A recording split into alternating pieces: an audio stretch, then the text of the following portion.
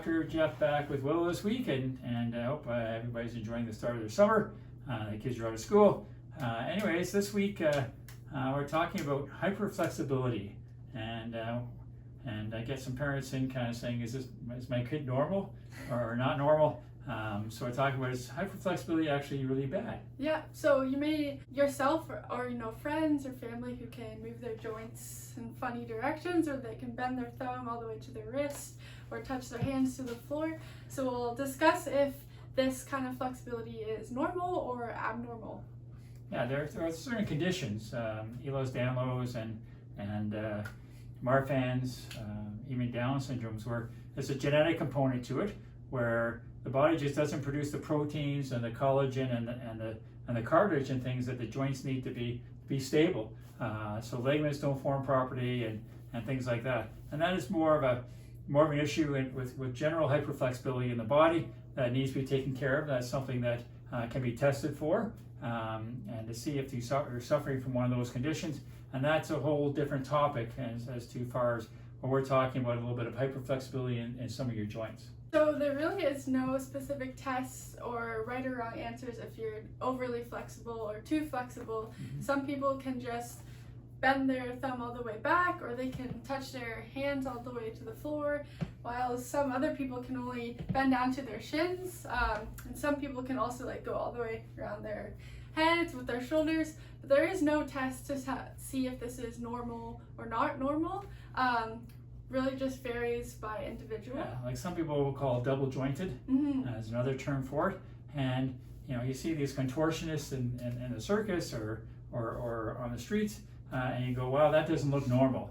So really, when you're looking at this, you kind of say, does that look normal? Well, it doesn't look normal. Is it bad? Well, we don't really know. I know that when I was doing a lot of my sports injuries, when I first started practicing, I had a lot of figure skaters and dancers and gymnasts coming to see me, especially at a young age. They're really working on their flexibility to try and be able to do some of the moves they need to do with it, and they really have to practice it and really do it. And at that age, their joints are still flexible enough and strong enough. There's strength at one end and there's flexibility at one end. You can't really be flexible and really strong. You can't be really strong and really flexible. They just don't go hand in hand. There's a happy medium between the two. And they were fine when they were kids, but all of a sudden now they're 16, 18, 20, they stop their sport and they still maintain that flexibility. And what happens now is, because they don't have the structural support of the muscles around it, the muscles are starting to get a little weak. Now all of a sudden they're starting to get aches and pains and sprains and strains and things like that.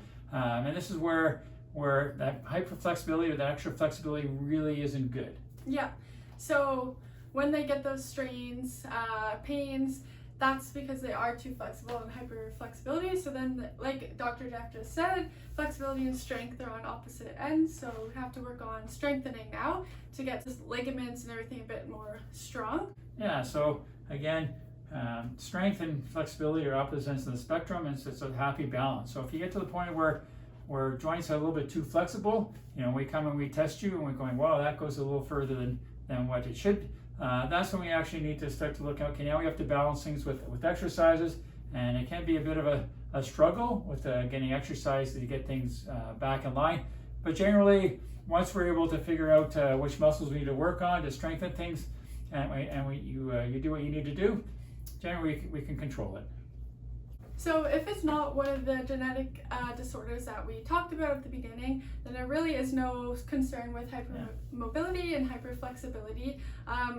However, if you're starting to experience constant pains, strains, subluxations, along those lines, then that's a concern that we'll need to address and work on some more strengthening with the joints and ligaments. Yeah, so if you see people that can bend their thumbs back to here or throw their elbows or their shoulders back here, yeah, it's not normal. Is it bad? Not really. I mean, it's tough to tell. We don't get concerned about unless it's starting to cause some pain.